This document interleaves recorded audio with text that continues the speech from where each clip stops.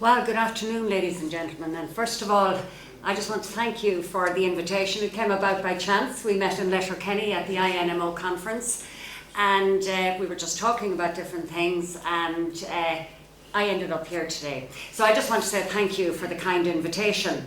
But I suppose, really, if I ask myself, why am I here today? What am I doing here today?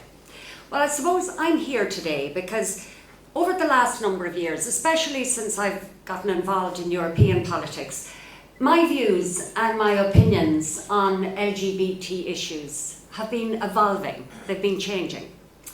And I think before I became involved in politics, it was an issue really I never considered because it didn't impact on my life.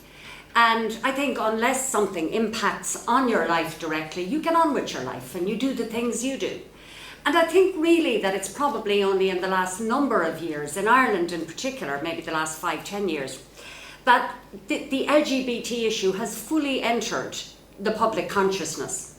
So in that way, I'm not a trailblazer and I'm not a leader, but I have gained a greater understanding of LGBT issues, particularly in the Parliament when I listen to people like Michael here, Michael Cashman, and others, the likes of Sophie in 't Veld in my own group, and one of my colleagues from Lithuania, Leonidas Donskis, who is a very strong advocate for human rights. And when I listen to what they have to say, and when I read through and support resolutions from the Parliament, and when I make myself more aware of what's going on, and also I have a greater understanding now of how the EU can help to ensure that basic human rights for all persons, and that includes LGBT persons, how they can be vindicated.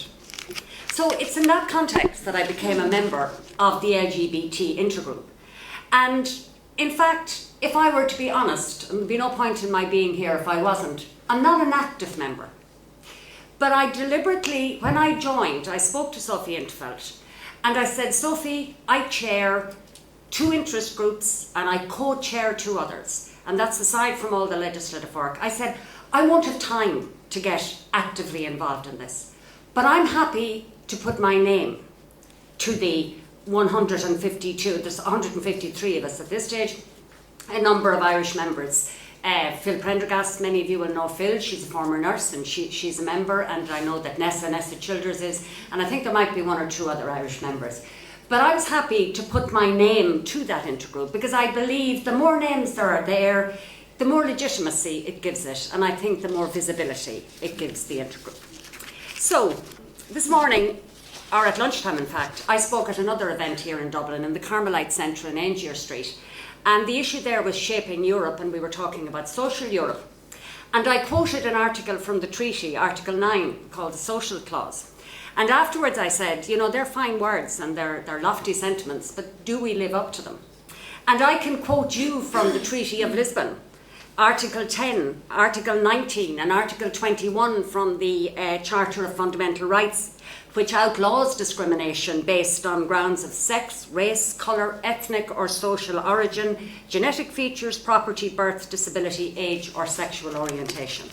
But again, the question has to be asked, do we live up to those ideals? Do we put policies in place to ensure that those articles in the treaty become reality for people? And I'm one of those people who asked Irish citizens to vote yes to Lisbon. So I have a responsibility to ensure that any way I can, that the Parliament lives up to those lofty ideals that are in the treaty. I have a responsibility to amend legislation where possible, so that those words become real for real people. And I have a responsibility to make my voice heard in the debate and on these issues, because European citizens rightly expect that the Union should uphold those values. We lose our raison d'etre as a European Union if we don't act to make our values a reality. And equal enjoyment of human rights in all EU member states is a core value for the Union. We still have a lot of work to do, an awful lot of work to do, and I think Michael is going to deal with that issue. A recent survey, I'm sure some of you will be aware of it, carried out by the European Agency for Fundamental Rights. That should be a wake-up call for all of us. 93,000 LGBT persons were surveyed on the perception and experiences of lesbian, gay, bisexual and transgender persons, and almost half of the respondents said that they had felt personally discriminated against or harassed on the grounds of sexual orientation in the year preceding the survey.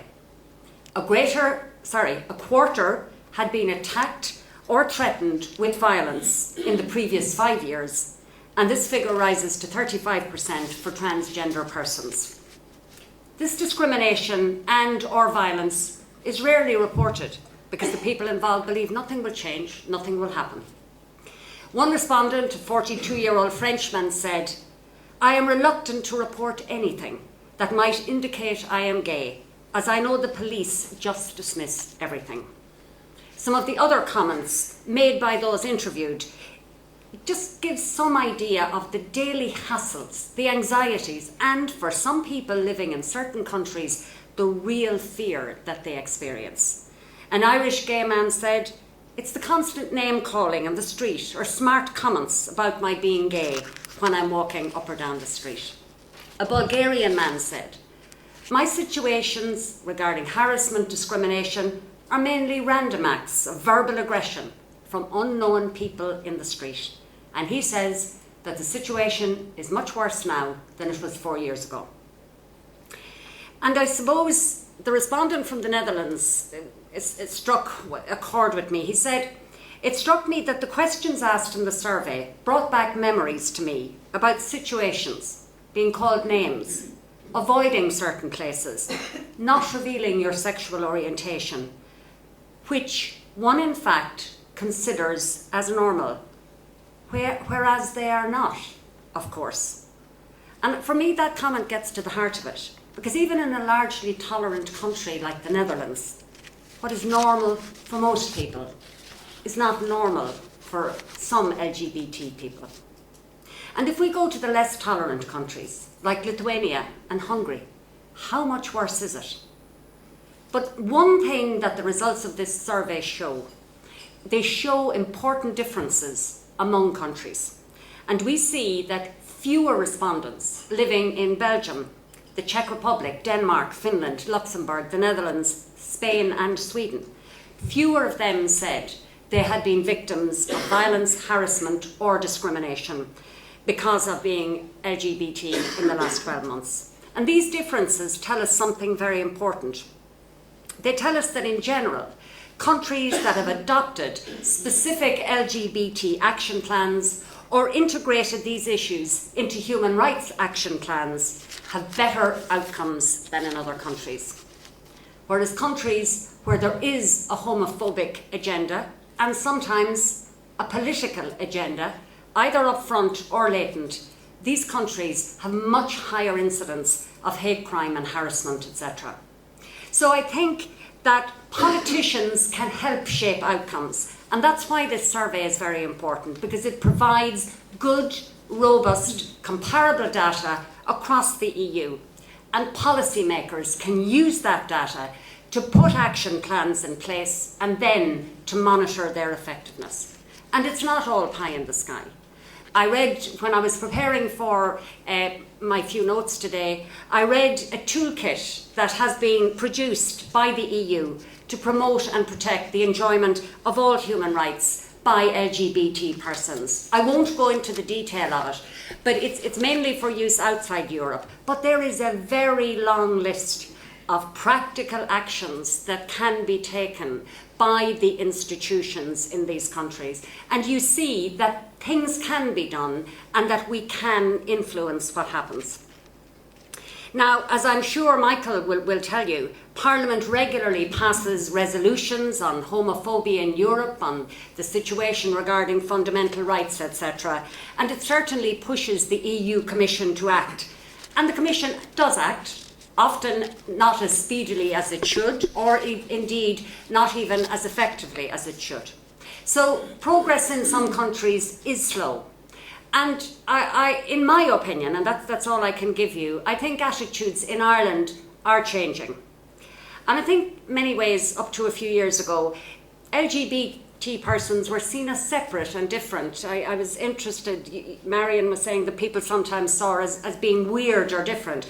But I think more and more, in Ireland at least, they're seen as ordinary people, somebody's son, somebody's sister, somebody's aunt.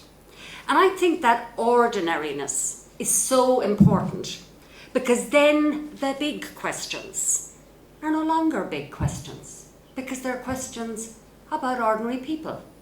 And, you know, if you are now seen, if you like, as Mary Rogers' brother or Michael Kelly's son or somebody's daughter or the next door neighbour, then people really begin to think, this isn't right if there is discrimination, because this could be me. This could be my son or daughter. And I think, as I said, that very ordinariness has signalled a change in Ireland. I can't tell if that is appreciated perhaps by many of you in the way I see it, but at least that's my sense of what's happening. So I want to finish off by saying that all of us as human beings, we just want to feel safe, we want to feel comfortable in our own surroundings, and we want to feel valued. All of us by our intrinsic nature are human, and we all deserve the same protection under human rights legislation. No exceptions, no derogations, no minimisations, no rationalisations, not even the tiniest bit. Our common humanity allows all of us access to human rights. And in a way, it seems superfluous to have to say that, because it should be taken for granted, but it's not. And that's largely why I'm here today, just to make that statement. As politicians, sometimes we have some little ability to influence. And I think to ensure non-discrimination and equality of rights for all persons, I think, is one of the most powerful ways that we can influence. And I'm happy to be part of it. Thank you.